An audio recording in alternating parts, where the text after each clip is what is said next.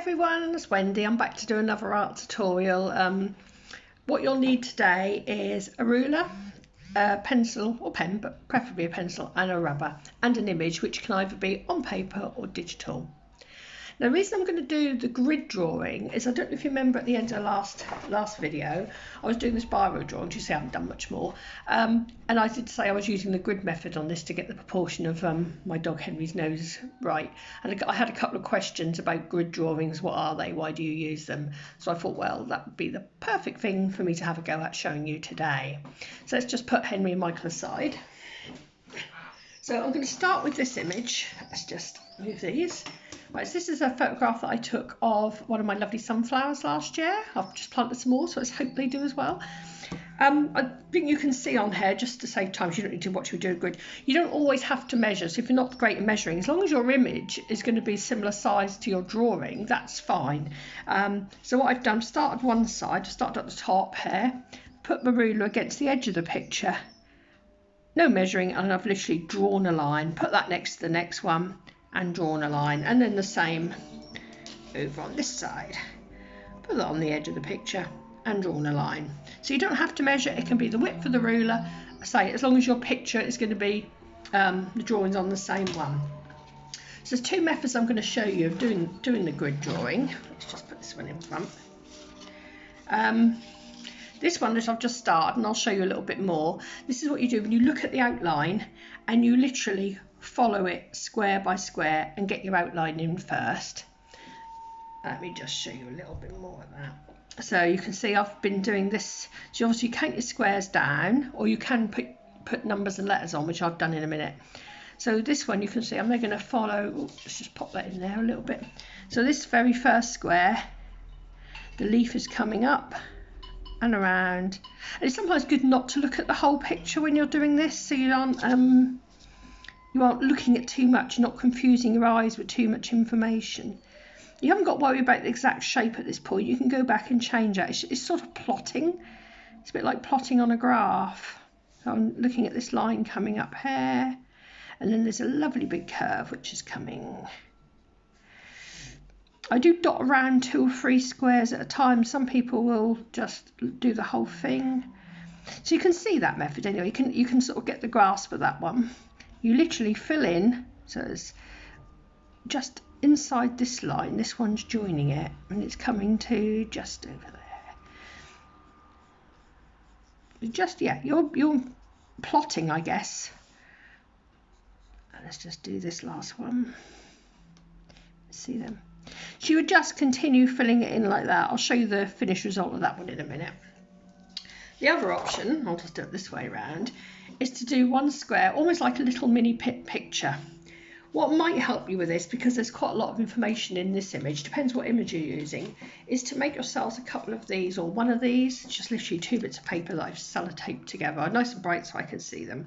So when I did this one here, it was, oh, push this along, it was this shape, so I popped that round there, just laid it round so I could concentrate on making almost this little miniature.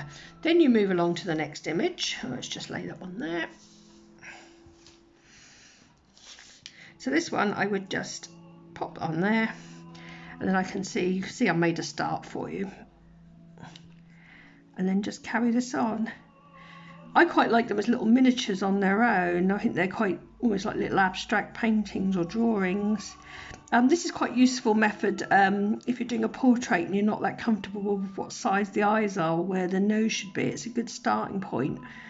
If you're thinking, is that cheating a little bit, you know, to let you know, some of the great masters, Leonardo da Vinci, Van Gogh, you can look it up afterwards. One of my favourite artists, Chuck Close, they've always used the grid method to plot their drawings or pictures.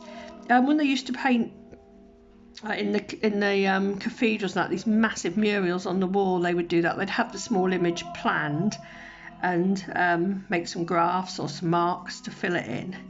So anyway, again, you can get the gist of that one. So you move your square along, following your squares, and fill them in. I'll just show you the line drawing of this sunflower. So this was the line drawing that I've completed. You will get, unless you rub out your grid, when I work, sometimes I'll rub out the grid as I go, you will get you can probably see I've been rubbing out my squares if you don't want them in. If you're going to shade it, then you don't really see them. But you can just rub them out and then go over it with a hard line like that. You can probably see that I've been doing that. So actually I quite like this one as a line drawing. It could become a print or whatever. You could paint from it. You could then do that and then move that to a larger canvas. So rather than looking at the whole sunflower as an image, you've got that to be going on with. Of course, this is another photograph I've taken of some beautiful flowers that got bought me. You might not want to do the whole image. You might look at this and think, oh, I really like that rose. So as you can see on here, I've made the grid literally just over the section that I want to draw, and this time I've numbered them to help me. You could, if you wanted to, you could use this around the outside this time. So they're quite useful to block off your image. Or if you wanted to do your little centre one, you can pull these in so you've got your little centre one. So I'm not going to draw that one up, I don't need to show you every one. So this is another, obviously those grids have got a lot on them. So this, if you can see this is a photograph I took of a nice place in the Peak District. I went, I might not want to do a whole thing's a grid, but it's just getting, how do I get this angle? So you see on this one, I've literally just drawn, what, 1, 2, 3 by 1, 2, 3, 4 squares. Draw that up on your paper. That way you don't have to put every detail in, but it will just give you your starting points or your measuring points for getting some of the angles in, which again is a useful one. Right, then we go on to this, which is right, if I was doing this one, I've started here, you can see this, I've started doing my stalk, but then I'm thinking, oh, I don't know, I'm not sure where to put this. So what you can do with this one is divide your square up again. So that's 3 centimetres, so 1.5 and 1.5. Go the other way, because I've done these square, 1.5, 1.5. So let's draw me in.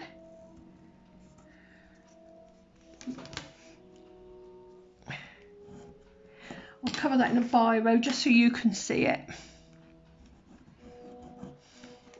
1.5, 1.5. Can you see that? I might do it on the one above as well, actually. Just carry that line on. No, I better measure.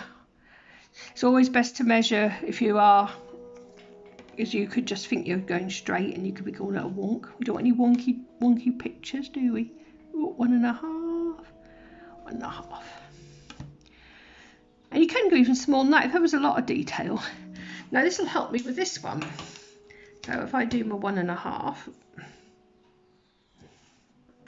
in my 1.5, in my 1.5. It could even be that was enough. You don't have to put every grid in every line. And then we'll do my 1.5 there, and my 1.5 there, and the same there, and another one. Ooh, get it right, Wendy.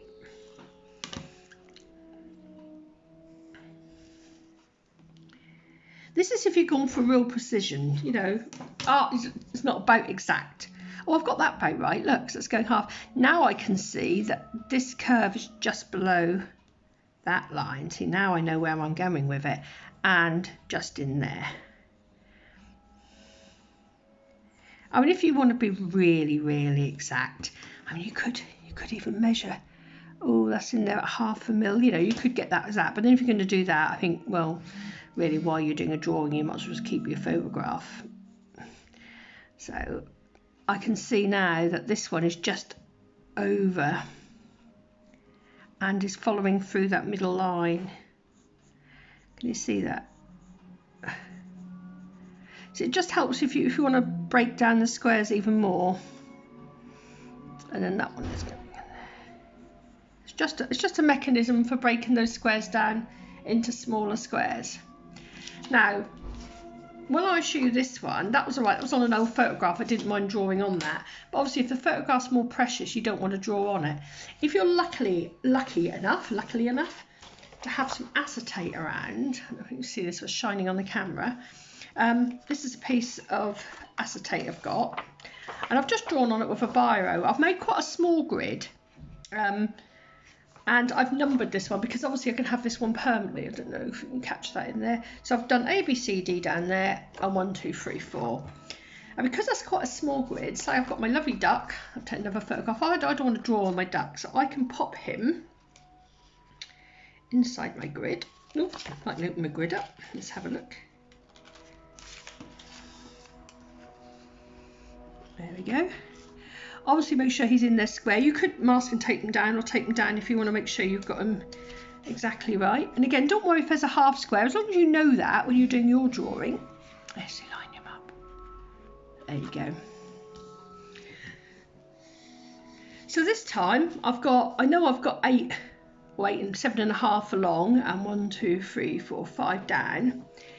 I could draw that the same size, or can you see this one I've been drawing? Let me lay him down. I've doubled him up, look, I've made him bigger. It's clever, isn't it?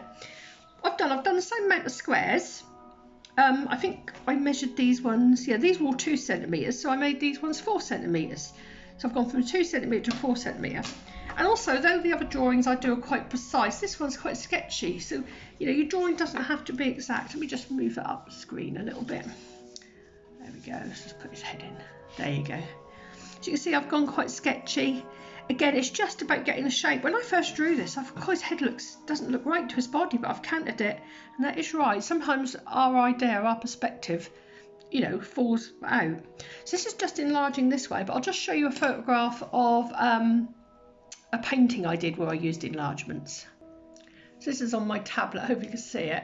I'll just turn it around that way just so you saw the whole thing. So as you can see, this is my photograph at the bottom, and that was my big drawing board, my big canvas. This is a painting I did for my sister-in-law. Let me just move you up a little bit more so you can see the whole thing. Oh, there you go. So yeah, so this one, because it was really hard to get the angle of these boats, so I just put myself in not loads of grids, but I think, I don't know, about 4 or 5 across just to get the shape. So that's really helpful, and like I said, that's what a lot of the old masters used to do. So this is not a cheating method, this is just helping you, because if I just started drawing this in the middle of a canvas, that would have been almost impossible to have got that first boat. I think I started with that first boat in perspective, and then carried on drawing it. I did finish the painting and she was very pleased with it. Right, so the last one I'm going to show today, so this is a photograph I took while I was doing my degree. We were asked to go out into the city and take photographs of things that inspired us, and most people came back with pictures of Norwich Cathedral and the castle, and I saw this old couple sitting and holding hands, and that just captured my moment. So I took lots of photographs of people holding hands, but I've got a few of these left, but I've done it as a painting, but I thought I'd have a go today as a drawing to show you. So because I don't want to draw on this one, I will just pop it inside my acetate. There you go. And the drawing is going to be the same size. So obviously I made a start on it because I want to show you how I finish this. Before I finish this one off and leave you with relaxing music, I was going to talk to you about the image being digital, so let me just get that. Okay, so this is a photograph I've taken of some marbles, as I seem to lose them quite often. I like to take photographs. This is an app I use called Artist Grid. There's lots of different ones out there, but this is just one you can use. So if you've taken a photograph on your phone and you want to do a drawing from it, that's perfect. So you see these little squares here, if you hit those, it'll give you an automatic grid, which is great. You can choose the size. The only thing I'll say is just be careful, because sometimes they come out rectangle rather than square, so you just be careful when you draw your grid up. You can also do, like, turn it on this one, like black and white. That'll help you if you're doing a pencil drawing. So that's something you could look at, which is really useful. Like, say if you've got a photograph on your phone, or you want to continue your drawing when you're outside, you can just sit outside in the sun and have your little app with you, your phone. Okay. So back to my black and white drawing now. This is my hand that I was doing, and this is my photograph underneath my acetate. I don't know if you can see that. I'm almost there. I'm doing this, like I said earlier, about the 2 different methods. I do half and half. I sketch in, I don't know if I can just get close enough. I sketch in some of it, and then I work from there and then start to fill them in and rub out the grid. So because I'm going to work on this ring now, I'll rub out the grid as I go, because I've drawn the ring in roughly. So you can just listen to the music and chill. You can go off, grab yourself some images and a ruler, or digital if you haven't got a ruler, and some paper and just relax, put his favourite music on.